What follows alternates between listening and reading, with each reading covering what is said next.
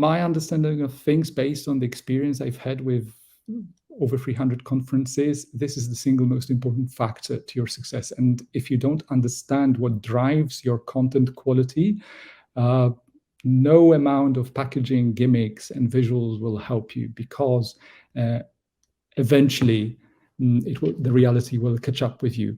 So I want to push it a little further and say something even more controversial, even though it's an obvious oversimplification. If you're focusing too much on packaging, you're placing yourself somewhere between aesthetics, because packaging is largely aesthetics. It's sometimes entertainment, but it's also sometimes deception, involuntary or not, because if you're not good enough on the content quality and content discipline, then what can you do? You can try and overcompensate with the visuals, the gimmicks, the tricks. And as we mentioned earlier during the debate, the internet is full of people who can talk for hours on the internet, and there will still be millions of others listening to them, as long as the actual content is of value. Now, focusing on content has certain consequences in your event. And guess what? All of them are positive. No deception involved, no trickstery, no extra means and tools.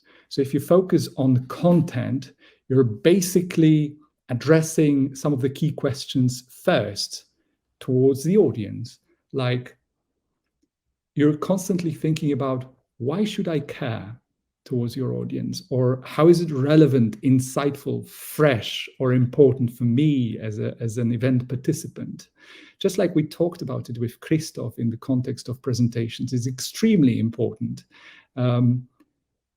Is the actual content of your conference something that can inspire, motivate, maybe even impact someone's life? You remember the popularity of the TED project initially years ago, when a lot of people, actually millions of people, watched presentations that became legendary. And on the surface, they were meant to be boring because, for instance, they were about the theory of education. Who wants to listen about the theory of education? And yet the single most iconic presentation about the theory of education was watched by over 100 million people. Interesting, isn't it?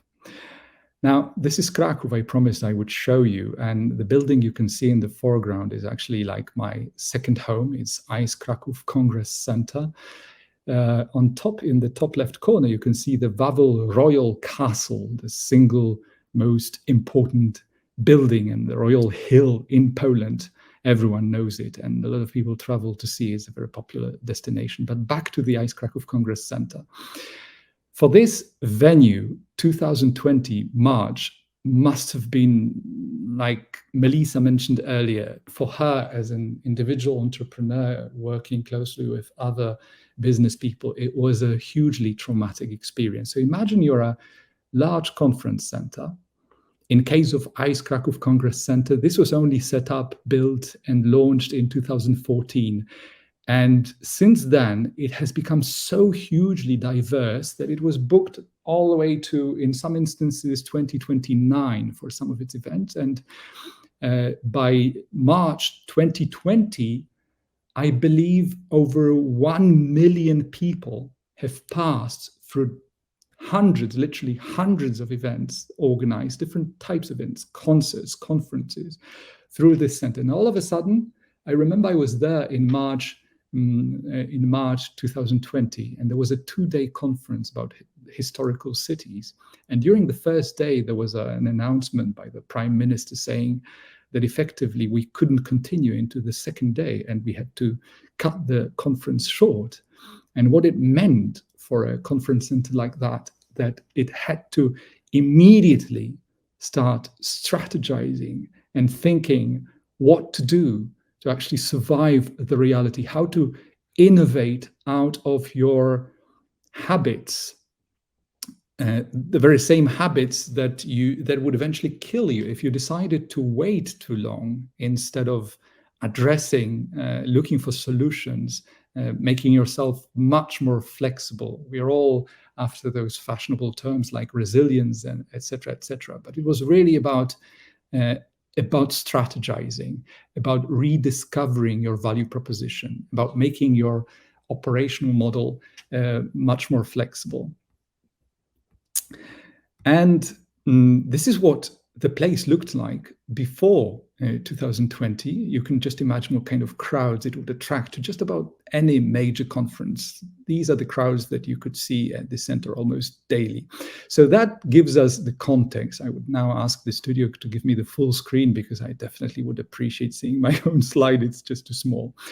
Now, event strategy versus pretending you have one. In order to understand how complex developing mature content for your event is, you need to look at the full landscape of criteria and different aspects of launching a successful event format. We're not talking about one-time events here. We're mostly talking about developing a mature format. So let's take a closer look at what these are. Of course, before you develop any kind of competitive advantage and before you understand your value proposition as an event organizer, all sorts of earlier stages are before you. Like, everyone knows what promotion and storytelling is.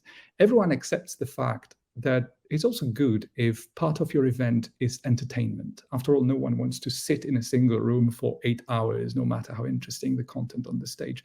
So entertainment is a legitimate goal and priority. In that sense, it's not packaging. It's helping you digest. It's helping you become a more effective thought leader, so to say, in your field. And then, of course, it's always a good idea if you're based in a place that can offer you support in a very broad sense of the word, like universities, volunteers, NGOs, startups, etc., etc. And then the thing to never forget is that you should really keep coming back to what your ambitions are, what your why is, the reasons why you organize this event in the first place. And of course, there are many different aspects like visuals, infotainment, the creative spark. If you go across the social media of some of the most respectable events organized worldwide, and I certainly encourage you to take a look at those and study how big events talk about themselves, what kind of copy, what kind of storytelling skills are attached to the way they talk about launching very successful event formats. You will learn a lot just by seeing what kind of consistency can be built in the storytelling dimension of developing a mature event format. So, of course, marketability is another aspect. This one we actually covered quite a lot with Christoph when we talked about what is marketability in the event world. It's understanding your stakeholder landscape in depth, understanding the needs of your potential partners and sponsors before you engage them, asking them to give you money or support you. Now, of course, the risks with content and creativity and developing a mature, innovative strategy for your event, the risks are many.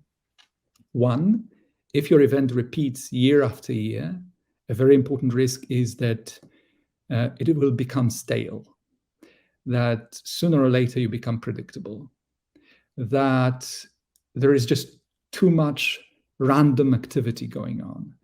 So even with the very complex and ambitious formats, you will discover that if you go to a conference year after year, you eventually get really bored because you discover they have nothing new to say, and they have lost this sense of objective or goal as they go forward. So the creative spark needs to be there, always, never to be forgotten. Now, I mentioned this at the very beginning. Conferences with feeble content tend to overdo on the packaging front because that's the safe thing to do. Everyone knows how to do gimmicks, animations, nice graphics. This is something you can subcontract very easily, and as long as you have a budget for it, this is the easy part. Now, how do you define or detect feeble content? Part of it is self-explanatory. You're sitting there in the audience and you're getting bored. So that's one part of it. That's feeble content, not memorable, not remarkable in any way whatsoever. So the less obvious way to define it is to see that the conference has forgotten why it's being organized, why it's being repeated year after year with often minor modifications. Now, this question that should be always at the back of the head of the organizers: why am I doing this in the first place? And what tangible goals do I want to define for myself before the next edition? I feel that this is one of the big issues. Even with very, very large conferences, you see there is a lot of repetition going on, a lot of predictability. Some predictability is good, but eventually you end up with a situation where after you have built some kind of community or tribe, people will go to your conference. They will still go to your conference because it's probably free or because it's not very expensive. But the reason they will go to that conference is not content. They will go to your conference because of the networking. And that will always be invaluable. The chemistry, being part of the same community, people who think alike, people who want to challenge themselves along similar lines and ambitions. So this is something that online events will find very difficult to substitute or somehow come up with a solution that would be comparable on that front to a personal meeting. Now, with a lot of events, even the most experienced ones, there is the constant trap of general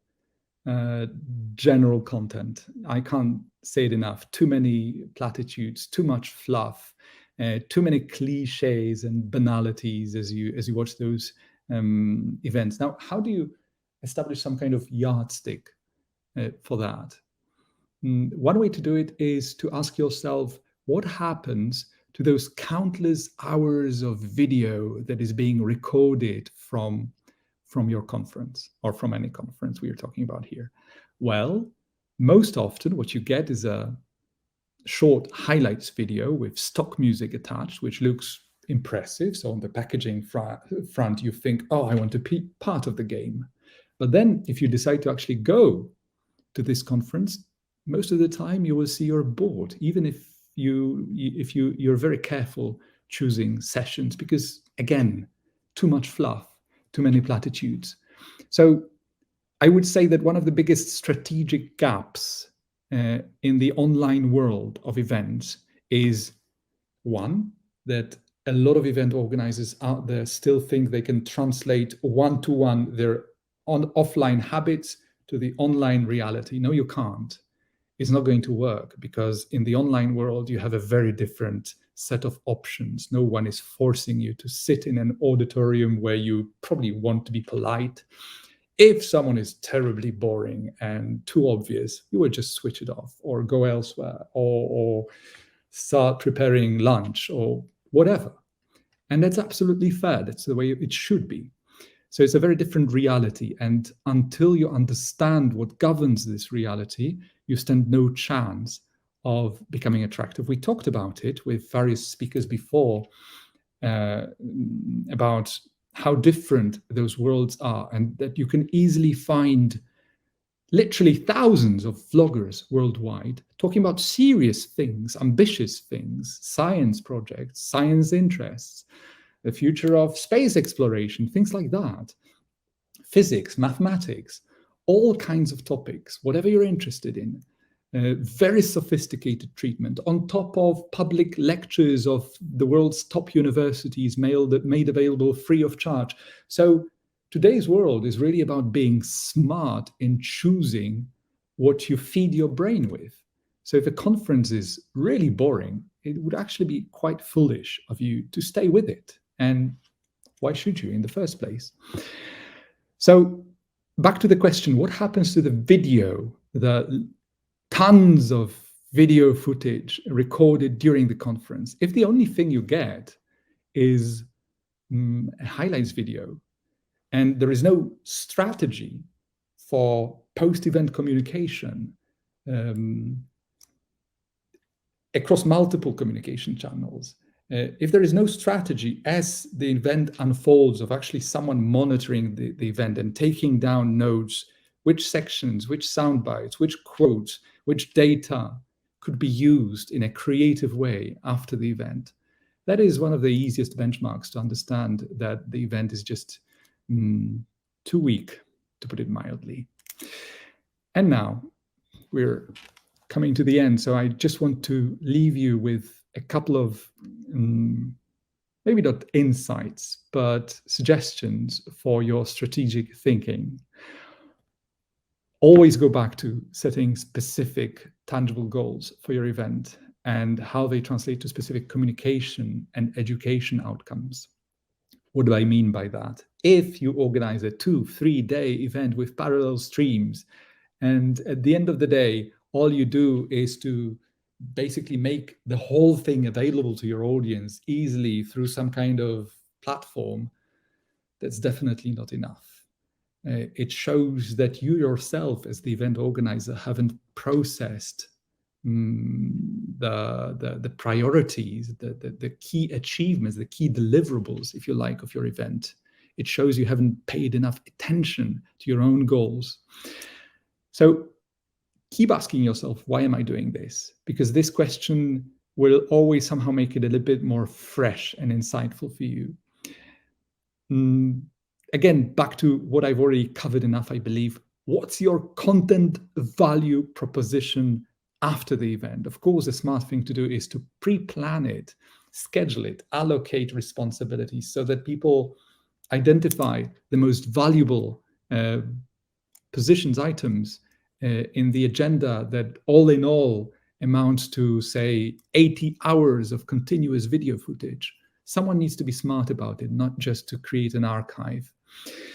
Practice out of the box thinking in just about every dimension of event production and regularly audit your conference. I mean, in Poland, the function of an event auditor doesn't even exist, I would say. If you Google the phrase, it's very rare that you hear that even professional event organizers audit their events creatively. What do you discover by auditing your conference? Well, I wrote an article about it. You can find it on LinkedIn actually today, and on my blog on lcmedia.pl. You will learn the very things, just like in public speaking training, that your event organizer or your event agency would not necessarily like to share with you or tell you. A professional event auditor will help you identify your strategic bottlenecks, but also your cost-free, untapped opportunities, places where you can optimize without spending much money. But it's also very subtle. It goes all the way from the taste of your coffee and how people respond to their being cues during lunch hours, and whether you balance your agenda right, whether you have the breaks at the right time. And then an auditor would watch the audience respond with their body language, with their reactions. How many people have laptops on their laps? How many people are looking at their smartphones? So a professional audit will cost you very little compared to what you actually get. You get fresh insight from an outsider's perspective. You can never overestimate the value of an outsider's perspective. And if you happen to commission someone who has been close to the backstage and on stage of event organization, then believe me, this person will help you see things that you will just never forget. This is a very complex topic. One could organize a full brainstorming session on specifically with an event organizer or a big client. And I would definitely encourage you to come back to go back to the roots of your event organization. And for now, that's all I wanted to share with you. Thank you.